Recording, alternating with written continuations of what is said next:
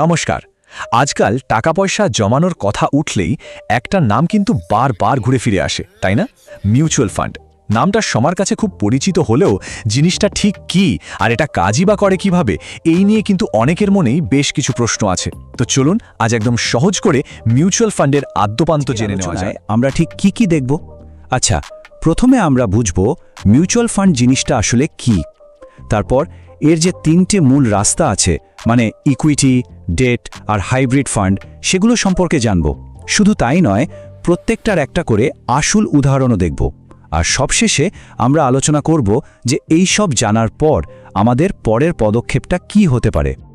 তো চলুন আর দেরি না করে সোজা চলে যায় আমাদের প্রথম পর্বে। মিউচুয়াল ফান্ড আসলে কি? বলতে পারেন এটা হলো বিনিয়োগের জগতে ঢোকার একটা সহজ রাস্তা।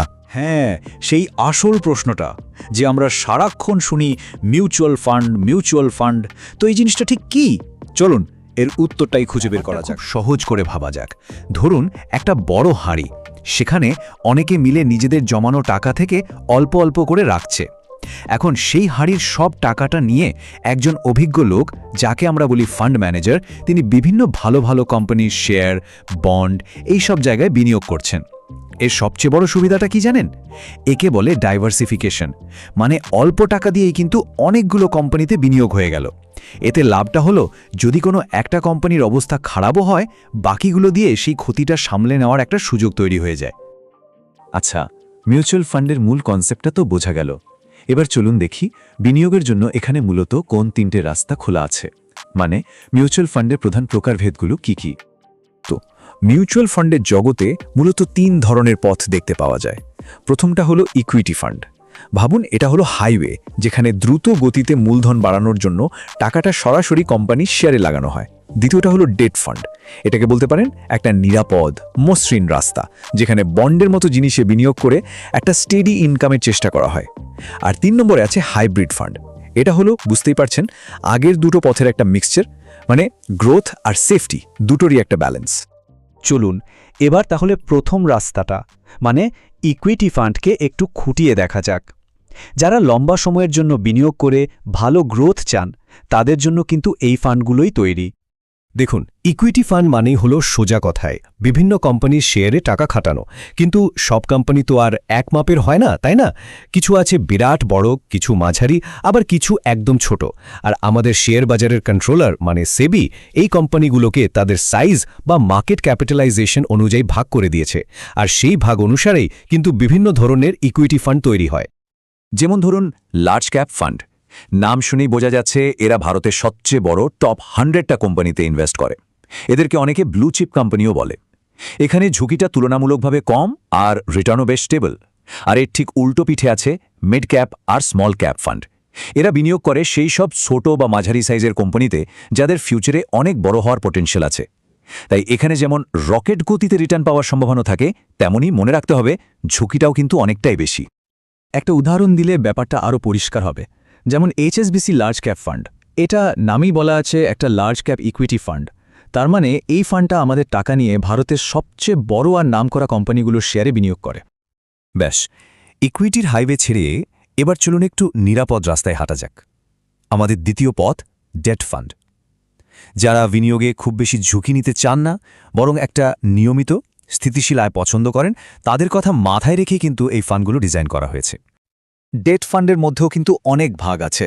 যেমন লিকুইড ফান্ড, এটা সেভিংস অ্যাকাউন্টের মতো, কিন্তু একটু বেটার রিটার্ন দেয় খুব অল্প সময়ের জন্য। ধরুন কয়েক দিন বা কয়েক মাসের জন্য টাকা রাখতে চাইলে এটা দারুণ একটা অপশন। আরেকটা ইন্টারেস্টিং অপশন হলো গিল্ড ফান্ড। এটা শুধু সরকারি সিকিউরিটি, মানে জিস্যাক্সে ইনভেস্ট করে। সোজা কথায় সরকারকে টাকা ধার দেওয়া হচ্ছে, তাই এখানে টাকা ডুবে যাওয়ার ভয়, মানে ক্রেডিট রিস্ক বলে কিছু নেই। কিন্তু হ্যাঁ, একটা জিনিস মাথায় রাখতে হবে, সুদের হার ওঠানামা করলে এর রিটার্নেও কিন্তু তার প্রভাব পড়ে। তো আমরা হাইওয়ে দেখলাম, নিরাপদ রাস্তাও দেখলাম। এবার চলুন আমাদের শেষ আর 3 নম্বর পথটা দেখি, হাইব্রিড ফান্ড। নামটা শুনে নিশ্চয়ই আন্দাজ করতে পারছেন, এটা হলো ইকুইটি আর ডেট দুটোর একটা মিক্স। এর আসল লক্ষ্যটাই হলো গ্রোথ আর সেফটির মধ্যে একটা পারফেক্ট ব্যালেন্স তৈরি করা। মানে এই ফান্ডগুলো একদিকে যেমন শেয়ার বাজারের রিটার্নের সুযোগটা নেয়, তেমনি অন্যদিকে বন্ডের স্থিতিশীলতা দিয়ে একটা সেফটি নেটও তৈরি করে রাখে। এর মধ্যে একটা খুব জনপ্রিয় ক্যাটাগরি হলো ব্যালেন্সড অ্যাডভান্টেজ ফান্ড বা বিএএফ। এটাকে একটা অটোমেটিক গাড়ির মতো ভাবতে পারেন। রাস্তা ভালো পেলে স্পিড বাড়ায়, মানে শেয়ারে বিনিয়োগ বাড়ায়। আবার রাস্তা খারাপ দেখলে স্পিড কমিয়ে দেয়, মানে বন্ডে বিনিয়োগ বাড়িয়ে ঝুঁকি সামলে নেয়। একটা উদাহরণ দিই, যেমন ICICI Prudential balanced advantage fund. এই ফান্ডটা ঠিক ওই অটোমেটিক গাড়ির মতোই কাজ করে। মার্কেট যখন ওপরে ওঠে তখন নিচে থেকেই শেয়ারে বিনিয়োগ বাড়িয়ে দেয় যাতে ভালো রিটার্ন আসে। আবার মার্কেট পড়তে শুরু করলেই চট করে শেয়ার থেকে টাকা সরিয়ে বন্ডে নিয়ে গিয়ে পোর্টফোলিওকে সুরক্ষিত করে। মানে রিস্ক ম্যানেজমেন্টের কাজটাই ফান্ড নিজেই করে দেয়।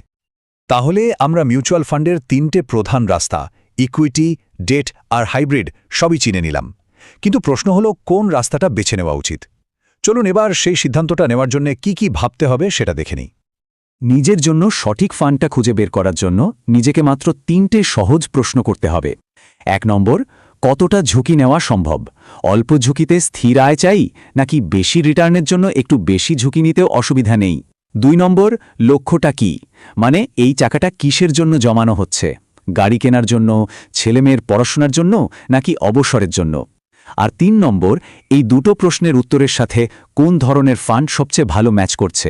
ব্যাস, এই 3টে প্রশ্নের উত্তর পেলেই কিন্তু সঠিক আস্থাটা খুঁজে পাওয়া অনেক সহজ হয়ে যাবে। তাহলে এবার ভাবার পালা, বিনিয়োগের এই লম্বা যাত্রায় কোন পথে হাঁটা শুরু করা যায়? ইকুইটির ফার্স্ট লেনে, ডেট ফান্ডের সেফ করিডোরে, নাকি হাইব্রিড ফান্ডের ব্যালেন্সড রাস্তায়? কোন পথটা নিজের জন্য ঠিক? এই প্রশ্নটা নিজেকে করা আর তার উত্তর খোঁজা, এটাই কিন্তু বিনিয়োগের জগতে প্রথম আর সবচেয়ে গুরুত্বপূর্ণ স্টেপ।